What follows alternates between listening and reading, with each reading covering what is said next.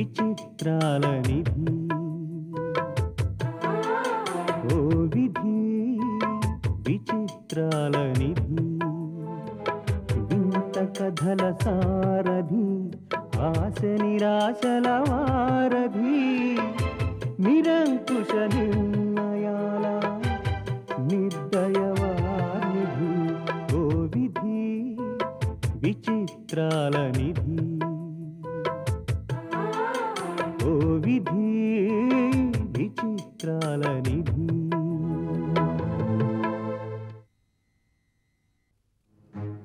మిమ్మల్ని అడగకుండా లోపలికి వచ్చినందుకు మన్నించమని అడుగుతున్నాను. అదేం క్షమించరాని నేరం కాదు, మన్నించడానికి. ఎందుకొచ్చావు? కావలసిన మనిషిని కలవడానికి వచ్చాను. కావలసిన మనిషా? నీకా, మీ ఇంటికా?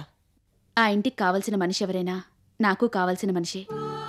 ఆ కావలసిన మనిషి ఇప్పుడు ఆ ఇంటితో సంబంధం లేని మనిషి అయింది.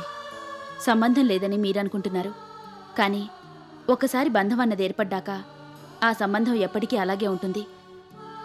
మీరు తిరిగి ఆ ఇంటికి రావాలి. తిరిగి రాని దూరాలకు వెళ్ళిపోయాననుకున్నారు, కానీ నేను తిరిగొచ్చేసరికి ఆ ఇంటికి ఎంతో దూరమయ్యానని అర్థమైంది. ఇప్పుడు నేను ఆ ఇంటికి వచ్చినా ఆ దూరాన్ని మాత్రం ఎవ్వరూ దగ్గర చేయలేరు. దూరమయ్యానని మీరనుకుంటున్నారు, కానీ మీ మీద పెంచుకున్న ఆప్యాయతలు, ఆ మమకారాలు అలాగే ఉన్నాయి. ఇప్పుడు ఆ ఆప్యాయతలు, మమకారాలు మరొకరి పరమయ్యాయి. నేనొస్తే ఎంతో ఆశతో ఆ ఇంటికి కోడలుగా వచ్చిన నీకు అన్యాయం చేసిందన్నవుతాను. అది మర్చిపోకు. రాకపోతే మిమ్మల్ని ఎంతగానో ప్రేమిస్తున్న మనిషికి అన్యాయం చేసిన వారవుతారు. అది మీరు మర్చిపోవద్దు. ఆ విషయం చెప్పాల్సింది నువ్వు కాదనుకుంటాను. ఆయనకు చెప్పే అవకాశం మీరివ్వలేదు కాబట్టి నేను చెప్తున్నాను. నా మీద ఇంకా ప్రేమ మిగులుందనా నీ ఉద్దేశం? అంత ప్రేమే లేకపోతే మీ రాక కోసం ఎందుకు ఎదురు చూస్తారు? ప్రేమ లేకపోయినా బాధ్యత అనుకుని కూడా ఎదురు చూడొచ్చు. నిజానికి ఇప్పుడు మీరు ఆయన భార్య కాదు. అయినా ఎదురు చూస్తున్నారు అంటే అందులో బాధ్యత కన్నా ప్రేమే ఎక్కువగా కనిపిస్తుంది. ఆ ప్రేమేదో నీకు పూర్తిగా ఇచ్చేశారుగా. కొంతవరకు ఇవ్వగలిగారేమో కానీ మిమ్మల్ని కాదని పూర్తిగా ఎవరికి ఇవ్వలేరు. అంత నమ్మకంగా ఎలా చెప్పగలుగుతున్నావు? నన్ను ప్రేమించడానికి కూడా ఆయనకి భార్గవి అన్న పేరే స్ఫూర్తి.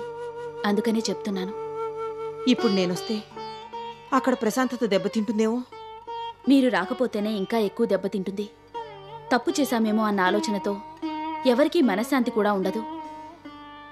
ఇప్పుడు ఆ ఇంట్లో పరిస్థితి అదే. ఏదోలా నచ్చ చెప్పాలని వచ్చినట్టున్నావు. మీకక్కడి పరిస్థితి తెలీదు కాబట్టి చెప్పడానికొచ్చాను. మాటలతో మభ్యపెట్టి ఎలాగైనా నన్ను అక్కడికి తీసుకువెళ్లాలని ప్రయత్నిస్తున్నావా? ఆ ఇంట్లో ఎప్పటికైనా మీ స్థానం మీదే కాబట్టి మిమ్మల్ని మోసం చేసో మభ్యపెట్టో తీసుకువెళ్లాల్సిన అవసరం లేదు. నేనక్కడికి వస్తే నీ ప్రేమకు అడ్డుగా నిలుస్తానేమో. అలాగని నిన్ను తప్పుకోమని చెప్పడం నా ఉద్దేశం కాదు. మనసున్న వాళ్ళెవరూ ఆ పని చేయలేరు. నిజంగా అంత అర్థం చేసుకుంటే ఇంతమంది చెప్తున్నా అక్కడికి రాను అని అనరు. అయినా నాకు బదులుగా నువ్వున్నావుగా, నేనెందుకు? మీకు బదులుగా నేనున్నాను తప్ప నేను మీరు కాలేను. నా స్థానం నాకు అలాగే ఉంటే రావడానికి ఇంతలా సందేహించేదాన్ని కాను. మీరు మళ్ళీ మొదటికొస్తున్నారు. మీరు చనిపోయారనుకొని మీ స్థానం నాకిచ్చారు. బతికొండి కూడా మీరు ఆ ఇంటికి రానంటే నా చావే మిమ్మల్ని ఆ ఇంటికి రప్పిస్తుంది. అలాగని బెదిరిస్తున్నావా? బెదిరింపులతో కాపురాలు బాగుపడవు. అందుకని నాకు తోచినంతలో బోధపరచడానికి వచ్చాను. మీరక్కడికొస్తే అందరూ ఎంతగానో సంతోషిస్తారు, హాయిగా ఆనందంగా ఉంటారు. ఇంత చెప్పినా మీరు రానంటే నా చావే ఈ సమస్యకి పరిష్కారం అవుతుంది.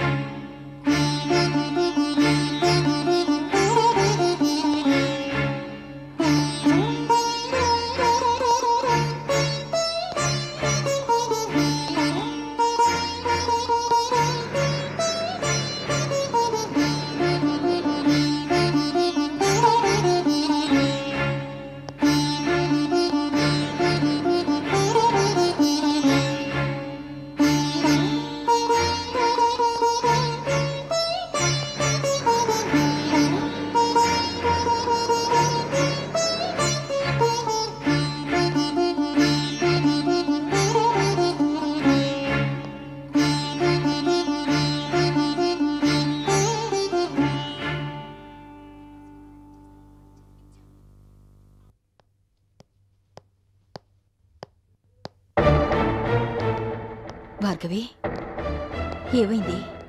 రోజు ఇంటికెళ్ళి భార్గవిని కలిసావా? ఏమందమ్మా? నేను చెప్పాల్సింది చెప్పానత్తయ్య. మనసులో చెడున్న వాళ్ళని కొంతవరకైనా మార్చొచ్చు, కానీ ఒకరి కోసం త్యాగం చేయాలనుకునే మంచి మనసున్నవాడని మార్చడం కష్టం. తనొస్తే ఈ ఇంటి వాతావరణం పాడవుతుందనుకుంటుంది భార్గవి. ఆ రకంగా మనల్ని బాధ పెట్టడం ఇష్టం లేకే రానంటుంది. అంత మంచి మనసున్న భార్గవిని ఎలా మార్చగలం? అంటే భార్గవి రానని చెప్పేసిందా? చెప్పాలనున్నా చెప్పలేకపోతుంది, రావాలనున్నా రాలేకపోతుంది. అది భార్గవి పరిస్థితి. అప్పటికి నీ స్థానంలోకి నువ్వు రావడానికి నేను అడ్డు అనుకుంటే నా అంతటి నేనుగానే తప్పుకుంటాను అని కూడా చెప్పొచ్చాను. నువ్వు రావడం వల్ల ఈ ఇంటి ప్రశాంతతకొచ్చే నష్టమేమీ లేదని కూడా చెప్పాను. నా మాటలకి తను కన్విన్స్ అయితే తప్పకుండా వస్తుంది. అవుతుందనే నమ్మకం కూడా నాకుంది. ఎంతగానో ప్రేమించిన భర్తని కొడుకుని వదిలి తను మాత్రం ఎలా ఉండగలదత్తయ్యా? అంచేత వస్తుందనే అనుకుంటున్నాను.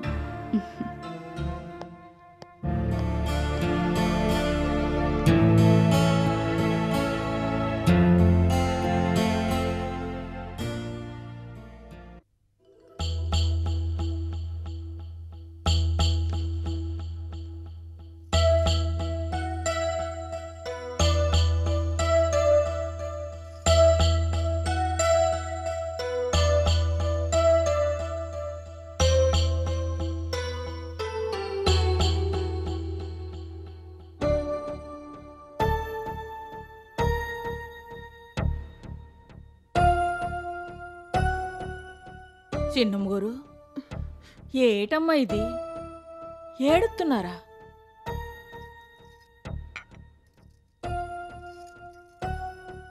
ఇప్పుడు ఏటైపోనదనమ్మా తమరు ఇలాగ బాధపడుతున్నారు? తమరికి ఎవరూ లేరని మనసులో ఏదో ఎట్టుకొని బాధపడుతున్నట్టు అగుపిస్తున్నారు. ఎవలో బయటోళ్ళింటో ఉన్నట్టు అగుపిస్తుంది గాని తమ అమ్మగారింటో ఉన్నట్టు అగుపించట్లేదమ్మా. మనసు బాగాలేదు నూకాలు.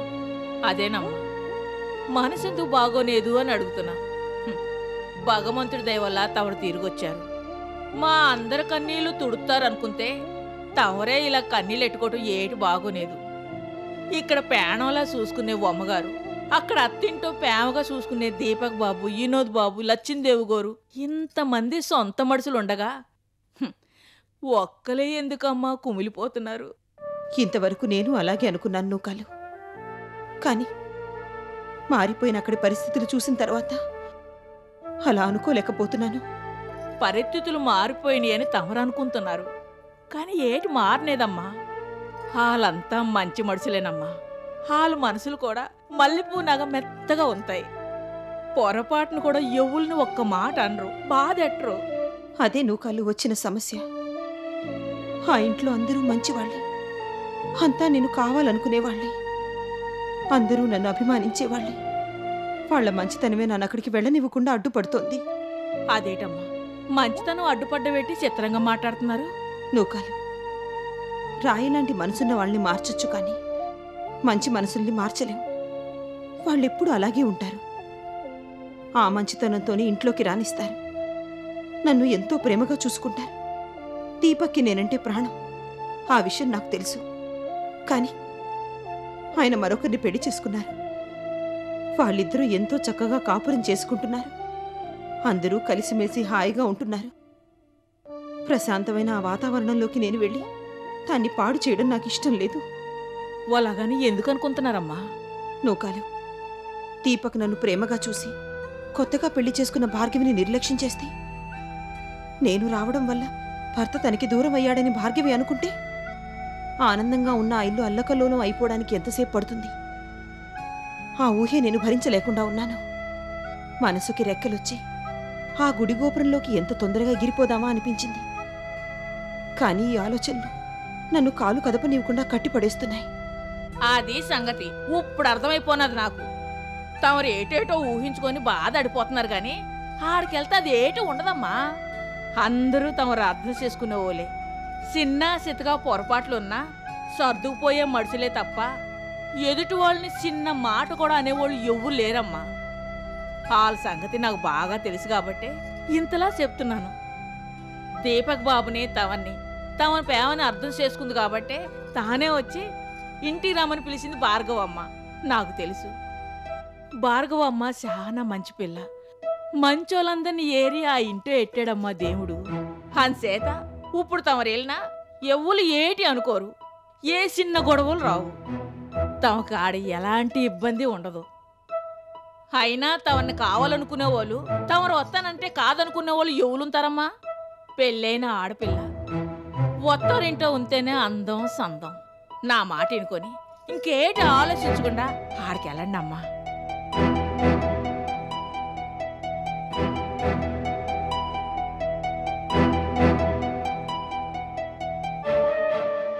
నూకాలు, ఇంతవరకు నేను వెళ్ళకూడదని అనుకున్నాను. కానీ నీ మాటలు నాలో కొత్త ఆశల్ని రేపుతున్నాయి. ఇంతకాలం లేని ధైర్యాన్ని ఇస్తున్నాయి. కారణాలేమైనా ఇన్నాళ్ళు నా మనుషులకు నేను దూరంగా ఉన్నాను. ఇంకా ఎంతో కాలం వాళ్ళ ప్రేమను దూరం చేసుకోలేను. నేను మా ఇంటికి వెళ్ళిపోతాను నూకాలు.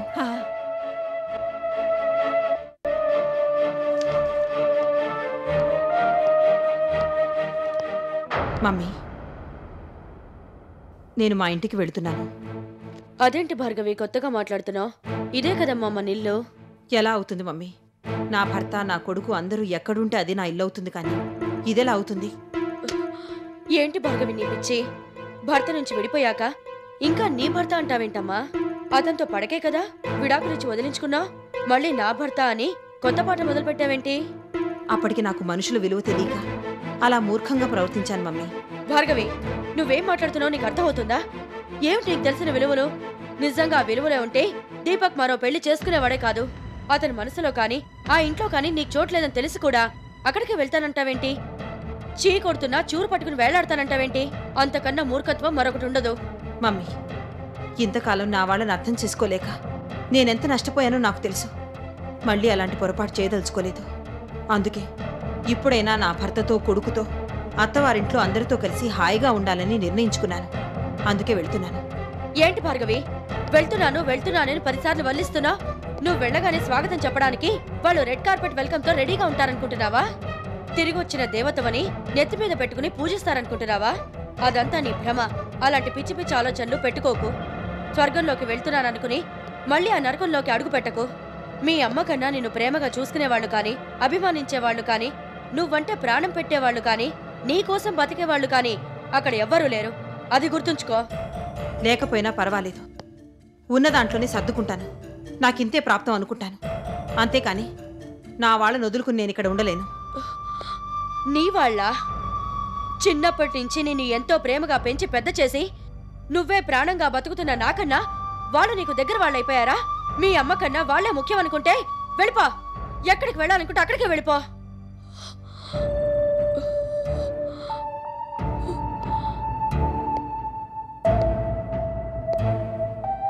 నా కూతురు ప్రాణాలతో తిరిగొచ్చిందని, మానసికంగా నాకెంతో బలాన్ని, మరెంతో సంతోషాన్ని మిగులుస్తుందని ఆశపడ్డాను. ఆ ఆశలన్నీ తుంచేసి, ఆ ఆనందాన్ని చెరిపేసి వెళ్ళిపో. మళ్ళీ నన్ను ఒంటరిదాన్ని చేసి వెళ్ళిపో. నాకెవరూ లేరు, నాకెవరూ అక్కర్లేదు. పో, వెళ్ళిపో, వెళ్ళిపో. అత్తారింటికే కదమ్మా వెళ్తున్నాను. అత్తగారింటికే వెళ్తావా, అగ్నిగుండంలో దూకుతావా నీ ఇష్టం. నాకింకేం చెప్పొద్దు. పో, వెళ్ళిపో. మమ్మీ, నువ్వు నాకు చీరలు, నగలు కొనివ్వగలవు, సంపాదించిన ఆస్తులు, అంతస్తులు రాసివ్వగలవు. కానీ నా భర్త ప్రేమని, కొడుకు అభిమానాన్ని కొనివ్వలేవుగా. అవి నాకు కావాలని మనసారా కోరుకుంటున్నాను. అందుకే అక్కడికి వెళ్తున్నాను. ఒత్తగారింటికి వెళ్తున్న కూతుర్ని చక్కగా చీర సారెట్టి అంపించగా సీపమంతారేటమ్మా? అక్కడ చిన్నమ్మ గారిని వాళ్ళ ఆయన రమ్మంటున్నాడు, కొడుకు రమ్మంటున్నాడు, వాళ్ళ అత్తగారు రమ్మంటున్నారు. శివరాఖరికి సవితి భార్గవమ్మ కూడా ఇంటికొచ్చి రమ్మని బొట్టెట్టి మరీ పిలిచింది. వాళ్ళు రమ్మన్నారు, చిన్నమ్మ గారు వెళ్తున్నారు. కందకలేని దొరద కత్తిపేటకి ఎందుకని మధ్యలో తమకేటైపోయినది. పెళ్ళయ్యా కూడా చిన్నమ్మ గారు మీలాగా ఒక్కలే ఉండిపోవాలా? కట్టుకున్న మొగుడిని కన్న కొడుకుని ఒగ్గేసి ఇక్కడే మీ వెనకాలే తిరగమంటారా? నూకాలో చిన్నమ్మ గారు, అసలు అమ్మగారికి చెప్పడం తమదే తప్పు. తమరింటికి తమరు వెళ్తానికి ఎవ్వుల అనుమతి అక్కర్లేదు. ఆ ఇంటి కోడలుగా, దీపక్ బాబు భార్యగా, వినోద్ బాబు తల్లిగా ఆ ఇంటికి వెళ్ళే హక్కు, అధికారాలు తమకుంటాయండి. ఇంకేటి ఆలోచించకుండా పదండమ్మా, పదండమ్మా. నాన్న చెప్తున్నాను కదా, పదండి.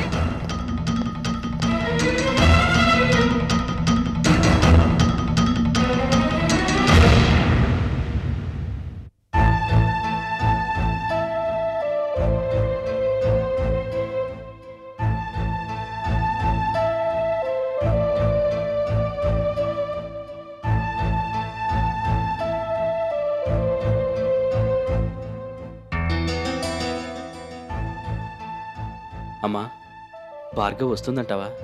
తప్పకుండా వస్తుంది దీపక్. కానీ రోజీ రానివ్వకుండా చేస్తుందేమోనని నా అనుమానం. గ్రానీ చెప్పిన ఆగదు నానమ్మ. అమ్మాయి వెళ్ళి స్వయంగా పిలిచింది కదా, తప్పకుండా వస్తుంది. రావాలనుకుంటే ఈ పాటికే వచ్చేయాలి. అమ్మమ్మ చెప్పినట్టు డెఫినెట్గా రోజీ అడ్డుపడుంటుంది. భార్గవ్ వెళ్ళి పిలిచినా రాలేదంటే ఇక రానట్టేనమ్మా. ఆ నెగిటివ్ థింకింగే మానుకో.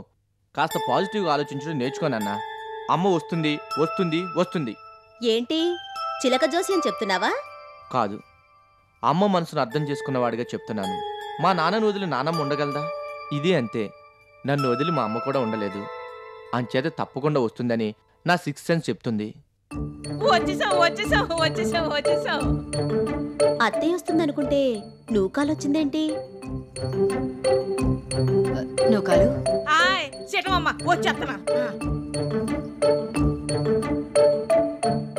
ఏం చేస్తుంది నూకాలు? అంత హడావిడి పడుతుంది.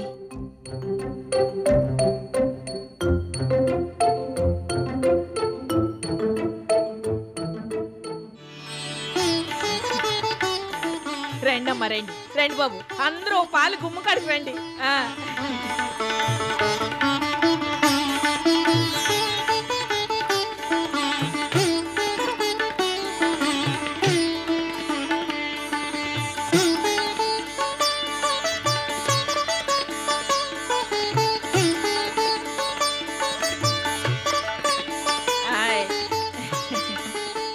రండి చిన్నమ్మ గారు, రండి. ఇంట్లో అందరూ తమ కోసం ఎదురు చూస్తున్నారు. కుడికాలు ముందెట్టి మీ ఇంట్లోకి మీరు వెళ్ళండి, ఆనందంగా వెళ్ళండి, సంతోషంగా వెళ్ళండి అమ్మగారు.